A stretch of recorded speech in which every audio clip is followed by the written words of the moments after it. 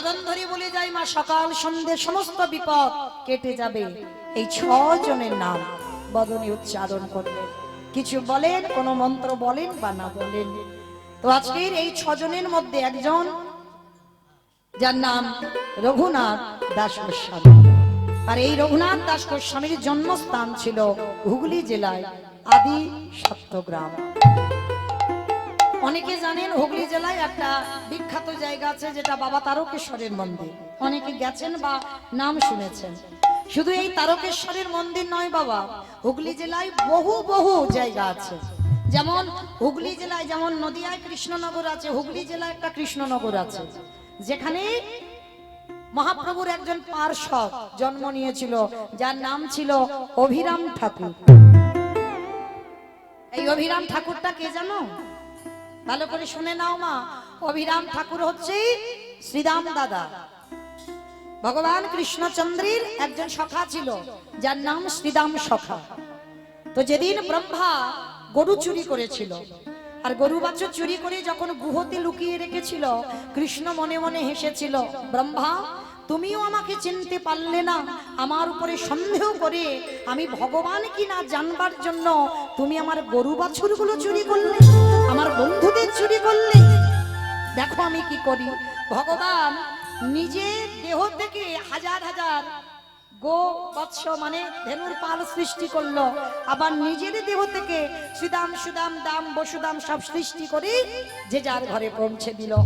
যেমন ব্রহ্মা গুহাতে লুকিয়ে রেখেছে, গুহাতেই সব আছে, কিন্তু কেউ বুঝতে পারলো না ভগবানের লীলা। ভগবান নিজে গরু বাছুর হয়ে নিজেই ঘরে চলে গেল, নিজে রাখাল হয়ে ঘরে চলে গেল। কিন্তু পরের দিন সকালবেলা কৃষ্ণ দয়াময় সবাইকে ডাক দিয়ে গুহ থেকে বের করেছিল, শুধু একজনের নাম ধরে ডাকেনি, যেটা হলো আমার শ্রীরাম সখা। শ্রীরামকে একবারও নাম ধরে ডাকেনি। শ্রীরামের অভিমান হলো, কৃষ্ণ সবাইকে তুই নাম ধরে ডাকলি, আমাকে ডাকলি না, আর আমাকে যখন ডাকলি না আমি বেরোবো না। যতদিন না তোর আমার কথা মনে পড়বে, আমার সংকল্প রইল, আমার প্রতিজ্ঞা রইল, আমি কোনোদিন এই গুহ থেকে আর বার হব না। ভগবান ভুলে গেল এক ভক্তির কথা, আর যেই না ভুলে গেল মা, বৃন্দাবন শেষ, চলে এলো নবদ্বীপে।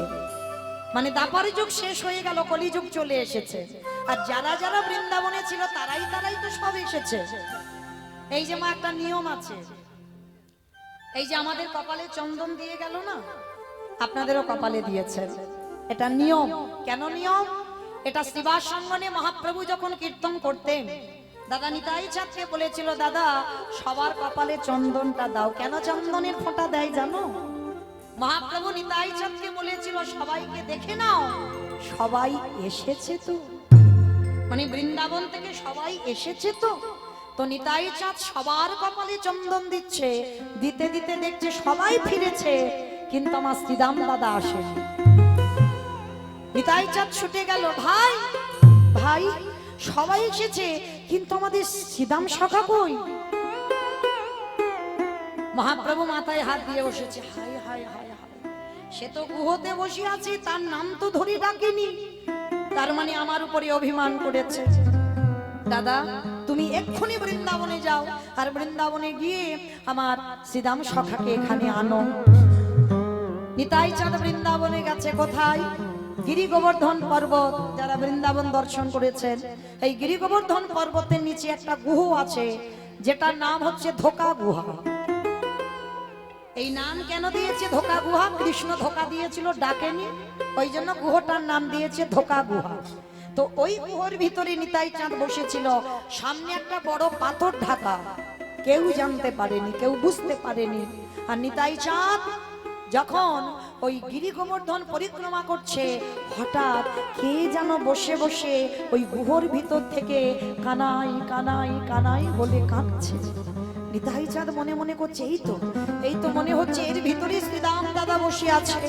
নিতাই চাঁদ গিয়ে যেই না ওই গুহর মুখ দিয়ে পাথরটা সরিয়েছে, বড় একটা লম্বা লোক, কারণ ওটা তো বৃন্দাবনের লোক ছিল, কলিযুগের লোক নয়। সত্যের মানুষ যে যার হাতের 21 হাত, ত্রেতার মানুষ 14 হাত, যে যার হাতের দেহের পরিমাপ, দাপরের মানুষ যে যার হাতের 7 হাত, আর কলিযুগের মানুষ সে যত লম্বা হোক যত বেটে হোক যে যার হাতে 3.5 হাত। তাহলে কোথায় 7 হাত আর কোথায় 3.5 হাত? তার নিতাই চাঁদ যেন বাবা বেটে হয়ে আছে, বিশাল বড় একটা লম্বা লোক, মানে ডবল। তো 7 হাত মানে ডবল, তো এত লম্বা, মানে নিতাই চাঁদের মাথা উঁচু করে দেখতে হচ্ছে। এইবার যেই না বের করে এনেছে, শ্রীদাম সখা বলছে, এই যে তুই এইটুকু মানুষ, কে তুমি? নিতাই চাঁদ বলছে, ভাই আমায় চিনতে পারছিস না? বলে, না, এইরকম বেটে লোক তো আমি কোনোদিন দেখিনি, এই প্রথম। কে তুমি? বলে, আমি বেটে নয়, ভুলে যাচ্ছি, সেটা দাপর যুগ নয়, এটা কলিযুগ। এটা কলিযুগ, আমি তো তোর সেই বলাই দাদা। ওমা, তুমি আমার বলাই দাদা? তা তুমি যদি আমার বলাই দাদা হলে আমার কানাই কই? বলে, আছে আছে, এখানে নয়, তোর কৃষ্ণ চলে গেছে নদিয়ায়। কৃষ্ণ নদিয়ায়? বলে, হ্যাঁ, এসেছে ব্রজের বাঁকা, কালো সখা দেখিয়া আমাদের সোনার নদিয়া। উলুধ্বনি মা, এসেছে ব্রজের বাঁকা, এসেছে ব্রজের বাঁকা, কালো সখা দেখিয়া আমাদের সোনার নদিয়া। এসেছে ব্রজের বাঁকা, এসেছে ব্রজের বাঁকা, কালো সখা দেখিয়া আমাদের সোনার নদিয়া। এসেছে ব্রজের বাঁকা, এসেছে ব্রজের বাঁকা, কালো সখা দেখবি আমায়, আমাদের সোনার নদিয়া। ও তার কালো বরণ নাই, ও তারে কালো বরণ নাই, ও তারে কালো বরণ নাই, দেখো কালো বরণ নাই, আইব তো না দেখি যা।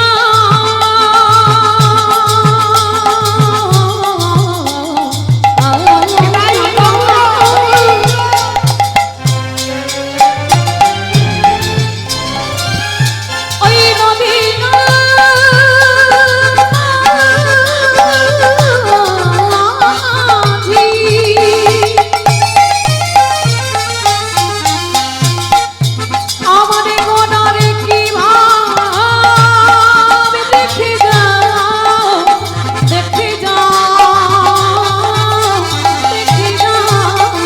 কালো বরণে নাই, কালো বরণ নাই, রাই অঙ্গে অঙ্গ দিয়ে গৌরী হলো তাই। রং ফিরেছে, ঢং ফিরেছে, রং ফিরেছে, ঢং ফিরেছে। আমায় না কালার তো বদলে গেছে, বদলে যায়নি, কালো ছিল ফর্সা হয়েছে, আবার বাঁকা হয়ে দাঁড়াতো, সে এখন ব্যাটা সোজা হয়েছে। রং ফিরেছে, ঢং, রং ফিরেছে, ঢং ফিরেছে, তারে এখন চেনা দা। আমাদের সোনার নদিয়া। এসেছে ব্রজের বাঁকা, এসেছে ব্রজের বাঁকা, কালো সখা দেখিয়া আমাদের সোনার নদিয়া। আর এসেছে ব্রজের বাঁকা, কালো সখা দেখিয়া আমাদের সোনার নদিয়া। আমার সোনার নদিয়া। এইবার যেই না বাবা শ্রীরাম সকাল লম্বা, নিতাই চাঁদ বেটে, নিতাই চাঁদকে শ্রীরাম কাঁধে নিয়েছে, আর কাঁধে নিয়ে নিতাই চাঁদ এমন করে চাপ দিয়েছে না, একেবারে 7 হাত থেকে একেবারে 3.5 হাত এমন চেপে ধরেছে। এইবার যেই না এসে দাঁড়িয়েছে, মহাপ্রভু বলছে, দেখো এভাবে তো একটা মানুষ আসতে পারে না, পরিবর্তন হতে হবে, তোমাকে নতুন করে জন্ম নিতে হবে। কোথায়? যে জায়গাটা হুগলি জেলার খানাকুল কৃষ্ণনগর, আর ওই জায়গাতে যারা যাবেন গিয়ে দেখবেন অভিরাম ঠাকুরের শ্রীপাঠ আছে। অভিরাম ঠাকুরের সেবিত বিগ্রহ আজও বর্তমান আছে। তাহলে হুগলি জেলার মাটিটা মা বড় ধন্যাতি ধন্য মাটি। ষোড় গোস্বামীর মধ্যে এক গোস্বামীও জন্ম নিয়েছিল এই হুগলি জেলায়, আদি সত্যগ্রাম। বাবা ছিল গোবর্ধন দাস, আর জ্যাঠামশাই ছিল হিরণ্য দাস। কিন্তু মাইরা যেমন রামায়ণে রাম লক্ষ্মণ ভরত শত্রুঘ্ন এদের 4 ভাই, মানে রামের কথা বললেই যেন পরে লক্ষণ এসে যায়, মানে এদের এমন ভাই ভাই মিল ছিল। মানে এখনকার দিনে জগতে ভাই ভাই তো নয়, লাটালাটি হবে, মারামারি হবে, খুনোখুনি হবে, পেটাপেটি হবে, পাঁচিল দেওয়া হবে, থানা পুলিশ হবে, এরকম ভাই নয়।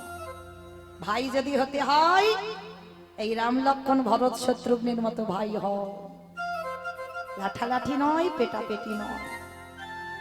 এই হিরণ্য দাস আর গোবর্ধন দাস এরা 2 ভাই ছিল, কিন্তু এদের অতুল সম্পত্তি ছিল।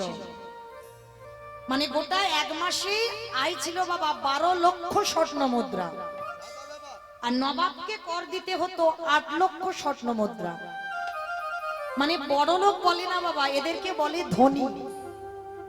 কিন্তু সব ছিল, একটা সুখ ছিল না। কি জানো, ভগবান তো মনে রেখো মা, সবাইকে সব সুখ দেয় না। ভগবান কাউকে কাউকে, প্রত্যেকটা মানুষ এখানে বলতে পারবে না আমি সর্বসুখী। সর্বসুখী কেউ হবে না। ভগবান কোনো না কোনো জায়গায় তোমাকে এমন ভাবে কষ্ট দিয়ে রাখবে, মৃত্যুর আগের দিন পর্যন্ত সেই কষ্টটা তোমার মাথায় করে বয়ে বেড়াতে হবে।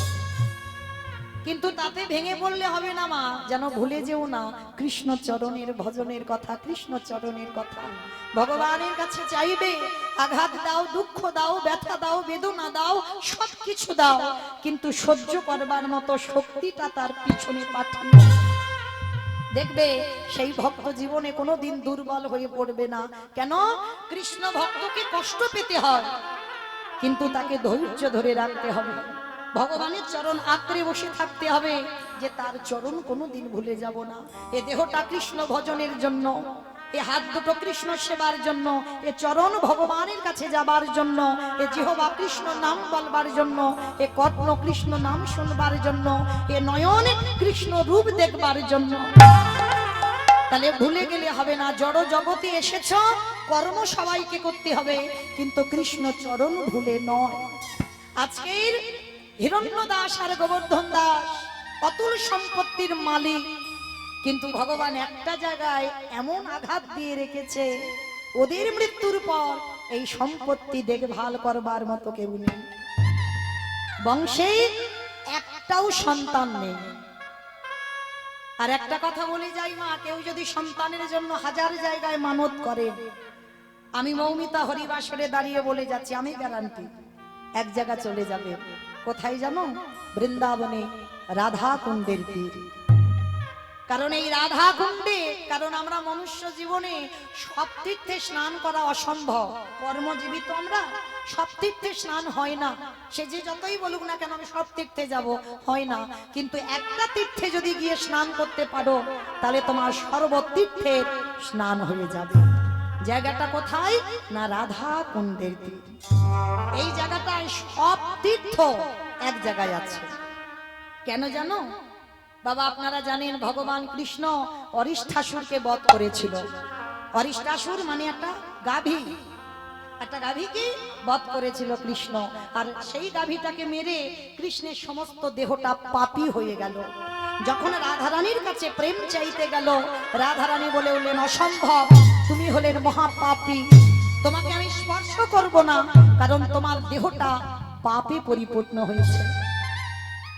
করজোর করে আমার গোবিন্দ বললেন, রাধে ওটা তো গরু ছিল না, ওটা গাভী নয়, ওটা ছিল অরিষ্ঠাসুর। আমার কাছে ছলনা করে ওই আমাকে মারবার জন্য গোমাতার রূপ ধারণ করেছে।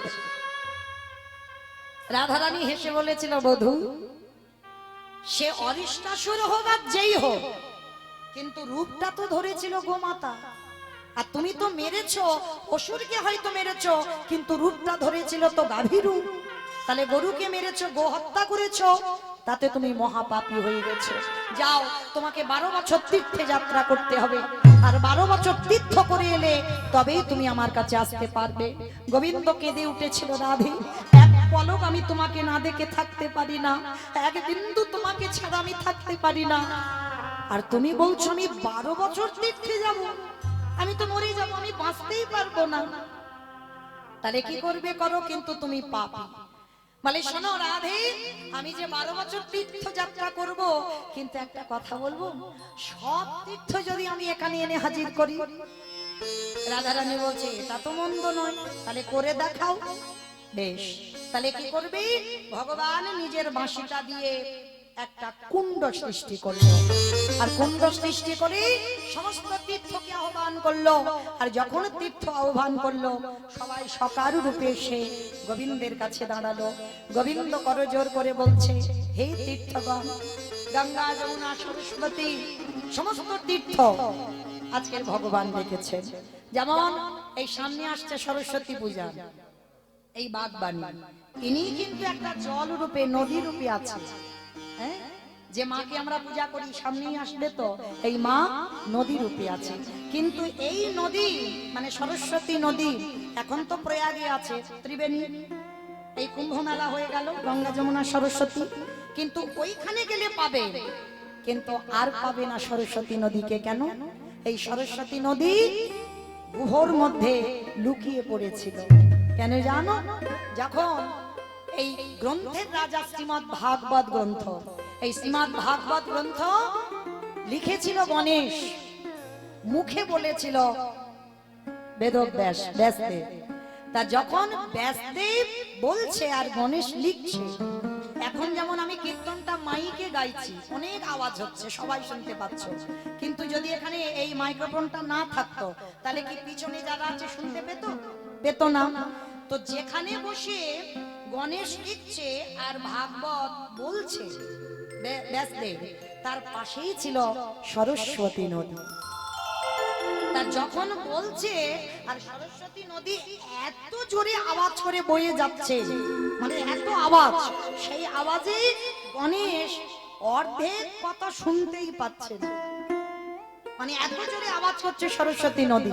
তখনই রেগে গিয়ে বলেছিল ব্যাসদেব, এত বড় স্পর্ধা, আমি আজকের ভাগবত রচনা করছি, গ্রন্থের রাজা ভাগবত, আর তুই কিনা এমন গম্ভীর স্বরে আওয়াজ করতে যাচ্ছিস যে আমার আওয়াজ শুনতে পাচ্ছে না গণেশ। অর্ধেক তো লিখতে পারবে না, যেগুলো শুনতে পাচ্ছে না সেগুলো তো লিখতে পারবে না। আর গণেশ বলেছিল আমি লেখা শুরু করলে কিন্তু বন্ধ দেব না, তাহলে বন্ধও দিতে পারবে না, আর যেগুলো শুনতে পাচ্ছে না সেগুলো গণেশ লিখতে পারছে না। তখন সরস্বতী নদীকে অভিশাপ দিল যে যা, এই মুহূর্তে তুই পাতালগামী হবে, এই মুহূর্তে তোকে কেউ আর দেখতে পাবে না। সেই বদ্রিকাশ্রম, সেইখানে বেদব্যাসের অভিশাপে পাতালে চলে গেল মা সরস্বতী। পরে আবার আশীর্বাদে ওই সরস্বতী প্রয়াগ তীর্থ, ওইখানে গিয়ে সরস্বতী বিরাজমান হলো। তাহলে এই যেমন বাগবাণীকে সেবা করবো, সেই বাগবাণী একটা নদী রূপে সৃষ্টি করেছিল, ওটা আবার গঙ্গা মায়ের অভিশাপ। সে যাই হোক, অনেক কাহিনী আছে। এই সরস্বতী আবার গোলকে আমার ভগবান নারায়ণের স্ত্রী হয়েও ছিল, অনেক ঘটনা। যাই হোক, একটু ছোট করে বললাম। তো আজকে এই যে বাগবাণী, সরস্বতী, যমুনা, সবাই, সমস্ত গঙ্গা, সমস্ত তীর্থ, ওই প্রয়াগ, এলাহাবাদ, যত যত আছে সমস্ত তীর্থ এসেছে, সবাই জল হয়ে কুণ্ডের মধ্যে প্রবেশ করেছে। কৃষ্ণ স্নান করেছে, স্নান করে যেই না রাধারানীর কাছে দাঁড়িয়েছে, রাধারানীর সখীরা বলছে দাঁড়াও, খবরদার আমার রাধারানীকে স্পর্শ করবে না। গোবিন্দ বলছে কেন? আমি তো পবিত্র, সমস্ত তীর্থে আমি স্নান করলাম। বলে না, পবিত্র নও, তোমার তীর্থ এসেছে, কিন্তু তীর্থ এসে কেউ রাধা চরণ স্পর্শ করেনি, কারণ যে তীর্থে তুমি স্নান করেছো তীর্থই পবিত্র নয়, আর যে তীর্থ পবিত্র নয় তাতে তো স্নান করলে তুমি পবিত্র হবে না। তীর্থ পবিত্র তখনই হবে যদি রাধা চরণ পরশ পায়। হাই ভগবান, তাহলে আবার কি হবে? বলে আবার ডাকো। তাহলে এবার ডেকে রাখবো কোথায়?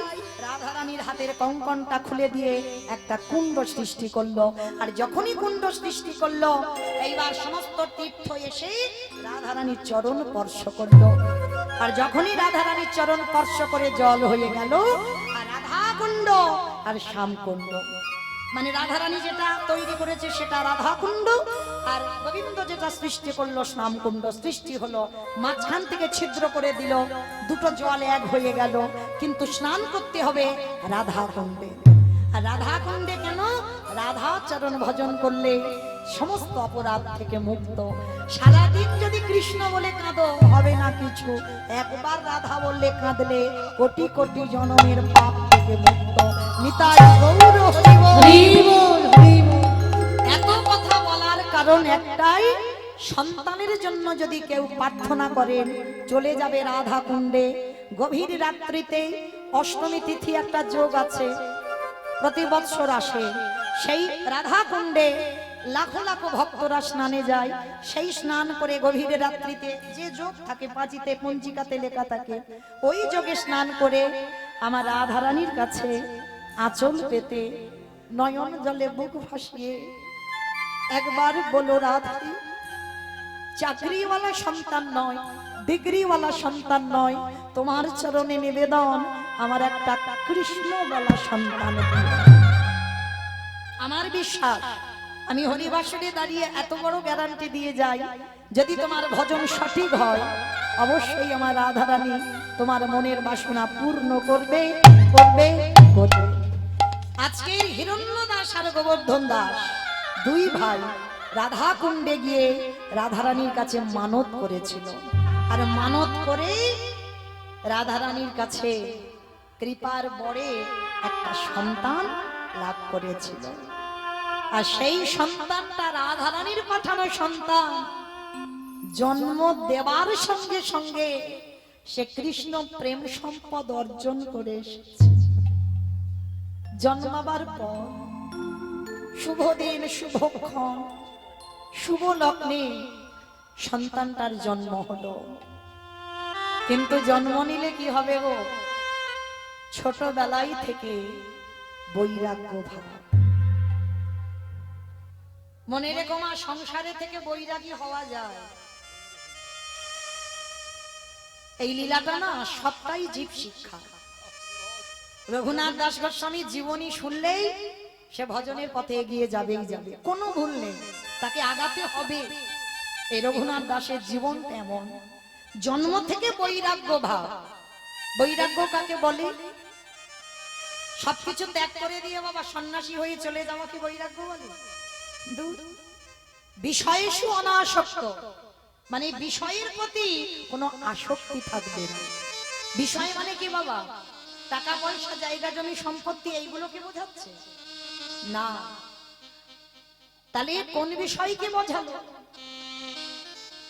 তোমার এই যে 10 ইন্দ্রিয়, এই 10 ইন্দ্রিয় যেদিন তোমার বাবা অঙ্গ স্পর্শ থেকে দূরে চলে যাবে, পরশ মানে তোমাকে নারী পরশ করলো কি পুরুষ পরশ করলো সেটা তুমি অনুভব করতে পারবে না। যেদিন তোমার এই অনুভবটা চলে যাবে সেদিন তুমি জেনে যাবে তোমার দেহের বৈরাগ্য হয়েছে। এই জিহ্বা রবিবার এলেই যে মাংস ঝোল ভাত খেতে হবে এইটা থাকবে না। কোন রকমে বাঁচবার জন্য একটু আলু সিদ্ধ অন্ন হলেই চলে যাবে। যেদিন জিহ্বার কোনো লালসা থাকবে না, যে এটা খাবো ওটা খাবো সেটা খাবো, এটা যেদিন থাকবে না সেদিন তুমি বুঝতে পারবে তোমার জিহ্বার বৈরাগ্য হয়ে গেছে। যেদিন তোমার নয়ন কৃষ্ণ চরণ ছাড়া, সাধুগুরু বৈষ্ণবদের চরণ ছাড়া, ভক্ত সঙ্গ ছাড়া যেদিন তোমার নয়ন আর কিছু খুঁজবে না সেদিন জানবে তোমার নয়নের বৈরাগ্য হয়ে গেল। এই কর্ণ যত অসৎ কথা বলুক না কেন তোমার কানে আসবে না। কোথায় ভগবানের নাম কীর্তন হচ্ছে, কোথায় ভগবানের গুণানুগুণ কীর্তন হচ্ছে, কোথায় ভাগবত হচ্ছে, যেদিন তোমার কর্ণে বাজবে সেদিন জানবে তোমার কানের বৈরাগ্য হয়ে গেল। যেদিন এই জিহ্বা, যেদিন এই বদন কোনো আন ভাষা বলবে না, কারণ আমরা কলির মানুষ, সারা জীবন কত আবল তাবল বাচাল বলিতে পারো, তাহার ভিতরে কি একবারও কৃষ্ণ বলিতে নারো। তাই গৌর হরি বল, হরি বল, হরি বল। যেদিন তোমার মন সব চিন্তা থেকে দূর, আজ আজকেরই কি খাবো, আজকেরই কেমন আছি, আজকের ভাবনা, কাল কি হবে ওই ভাবনা তোমার মনে আসবে না। মন চিন্তা থেকে দূরীভূত হবে। সেই দিন তুমি জানবে তোমার এই দশেন্দ্রিয়ের বৈরাগ্য হয়ে গেল। সেদিন তুমি সংসারে থেকেও দেহটা সংসারে রেখে তুমি বৈরাগ্য পালন করবে। রঘুনাথ দাস জন্ম থেকে তাই বৈরাগ্য ভাব। কোন বন্ধু বান্ধবের সঙ্গে খেলা ভালো লাগে না, সর্বদা নিরজনে বসে বসে ওই ভগবানের ছবিটা দর্শন করে আর নয়নে জলে কাঁদে। রাধা কৃষ্ণ মায়েরা, আমরা তো পারলাম না গো সন্তান তৈরি করতে। আমাদের ছেলেপুলেদের একটা মোবাইল হলে যেন ভালো হয়। আর ওই যে কি একটা খেলা উঠেছে না, ফ্রি ফায়ার, ওটাই তো কাল হয়ে গেল। কিন্তু রঘুনাথ ছোটবেলা থেকে ওর একটাই খেলা, রাধা কৃষ্ণ সেবিব।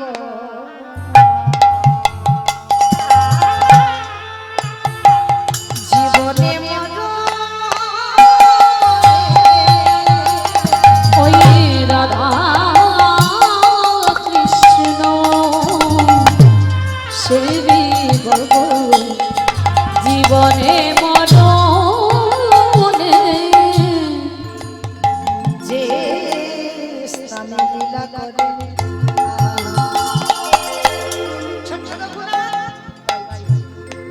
যে স্থানে লীলা করে আমার যুগল কৃষ্ণ, যেই স্থানে লীলা করে আমার যুগল কিশোর।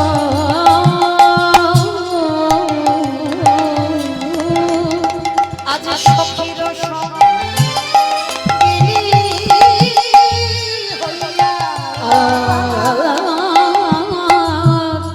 সখীর সঙ্গিনী হইয়া আজ বাহির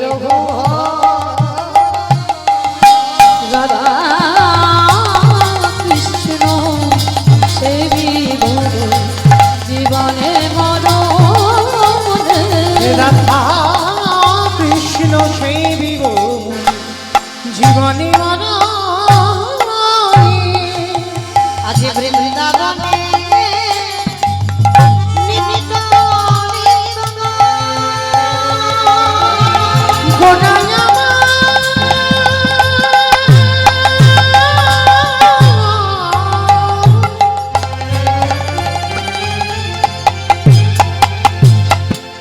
প্রাণী গোনা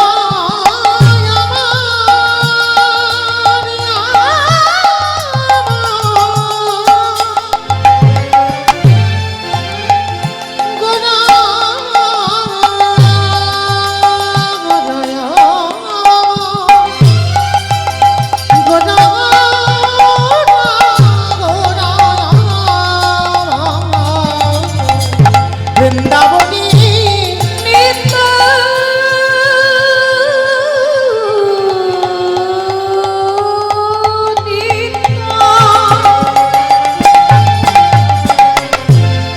যুগল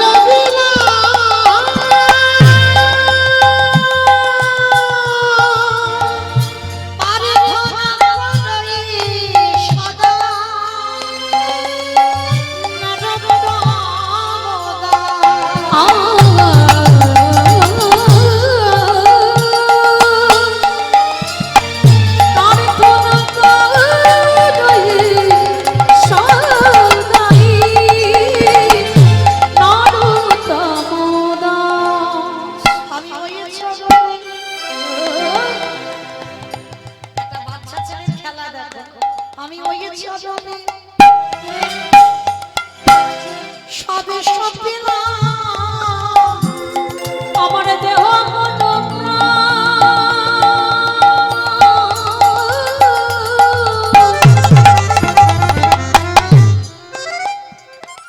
আর জীবন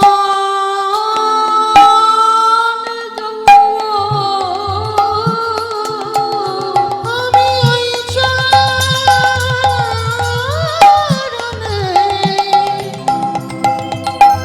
সবে সব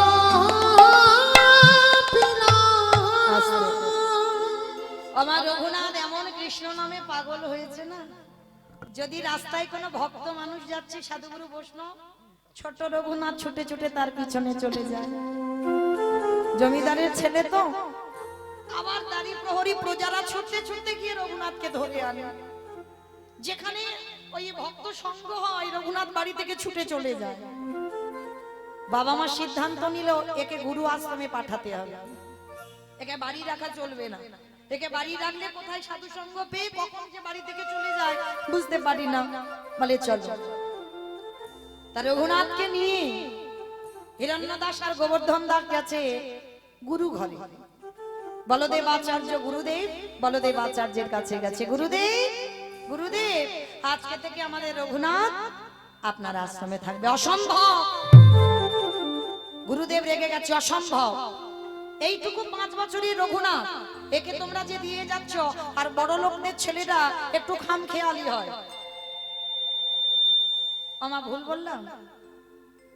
বড় লোকের ছেলেরা একটু খামখেয়ালি হয়, মানে যখন যেটা বলবে ওদের যে পূরণ করতে হবে। তা বলদেব আচার্য বলছে, শোনো, এইটুকু বাচ্চাকে আমি আমার আশ্রমে রাখতে পারবো না, কারণ কখন বলতে কখন সবকিছু ফেলে রেখে কোথায় চলে যাবে, আমি কোথায় খুঁজতে যাব। বাবা জ্যাঠা বলছে, গুরুদেব আপনি জানেন না এই রঘুনাথ কেমন ছেলে। ও ছোটবেলা থেকে ওর চরিত্রটা অন্যজনের মতো নয়। আমরা তো বাবা জ্যাঠা আমরা দেখছি ছোটবেলা থেকে ওর ভাব, ওর চলাফেরা সবটাই আলাদা। গুরুদেব আপনি যদি আশ্রয় না দেন ও কোথায় যাবে, কারণ আমরা বাড়িতে ধরে রাখতে পারছি না, কোথাও কোথায় কোথায় চলে যায়, দেখতে পাই না, খুঁজে পাই না, আবার খুঁজে খুঁজে আনা হয়। ওই জন্য ওকে গুরু পাঠে পাঠিয়েছি। বলদেব আচার্য বলছে, ঠিক আছে হিরণ্যদাস, তোমাদের 2 ভাইকে বলছি ও আছে থাক, কিন্তু যেদিন অন্যায় করবে আমি সেদিন এখান থেকে কিন্তু তাড়িয়ে দেব। তা বাবা জ্যাঠা বলছে, গুরুদেব আমাদের রঘুনাথ কোনোদিন ভুল করতেই পারে না, আপনি জানেন না, ওকে দেখেন ও কেমন ছেলে। বাবা জ্যাঠা রেখে গেল গুরু আশ্রমে। আর গুরুদেবের এখনকার দিনে যেমন কত বইপত্র আছে, তখনকার দিনে গুরু পাঠে ভাগবত পাঠ হতো। ভাগবত নিয়ে গুরুদেবরা আলোচনা করত, শিষ্যরা বসে শুনত। তো আজকে ভাগবত পাঠে বসেছে গুরুদেব, সমস্ত বালকরা বসে আছে, আর রঘুনাথ সবার সামনে বসেছে।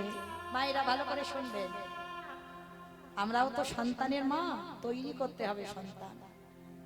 আমরা বলি না সন্তান দিতে হবে বংশের প্রদীপ, হ্যাগো বংশে যে প্রদীপ দেবে সেই প্রদীপটা দেওয়ার মতো তো ছেলে তৈরি করতে হবে, না হলে তো তোমার অবর্তমানে সে তো জুয়া খেলতে যাবে, তাস খেলতে যাবে, সন্ধ্যা প্রদীপ জ্বালবে না, ঠিক মতো সন্ধ্যা আহ্নিকও করবে না, সকাল হলে ভগবানকে সেবাও দেবে না। তাহলে সন্তান তৈরি করতে হবে। তাইবার রঘুনাথ কি করেছে দেখো,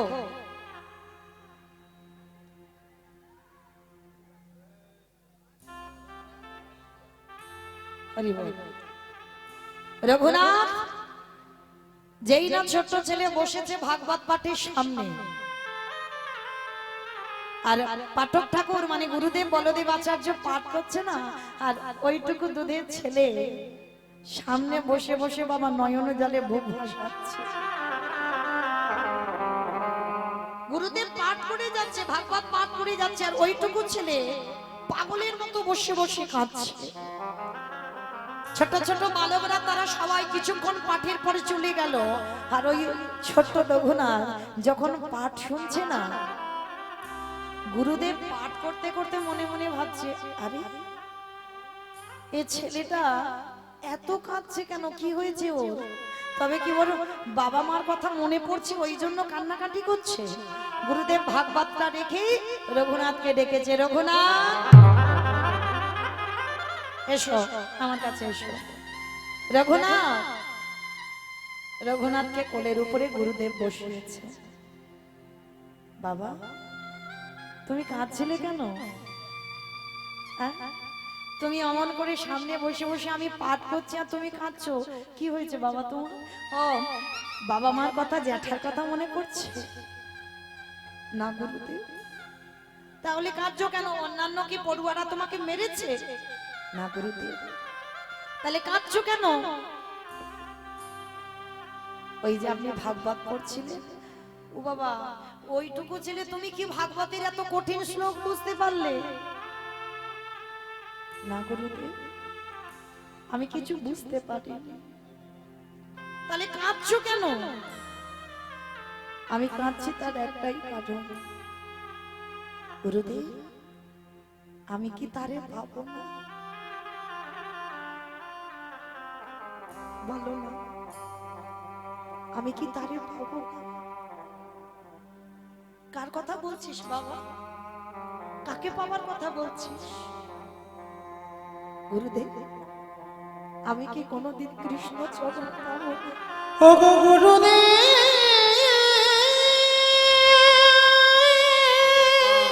চমকে উঠেছে গুরুদেব, চমকে উঠেছে। আমায় বলি না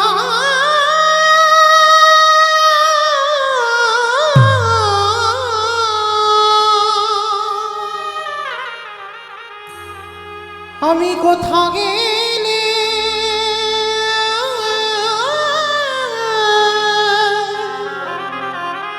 কৃষ্ণ চরণ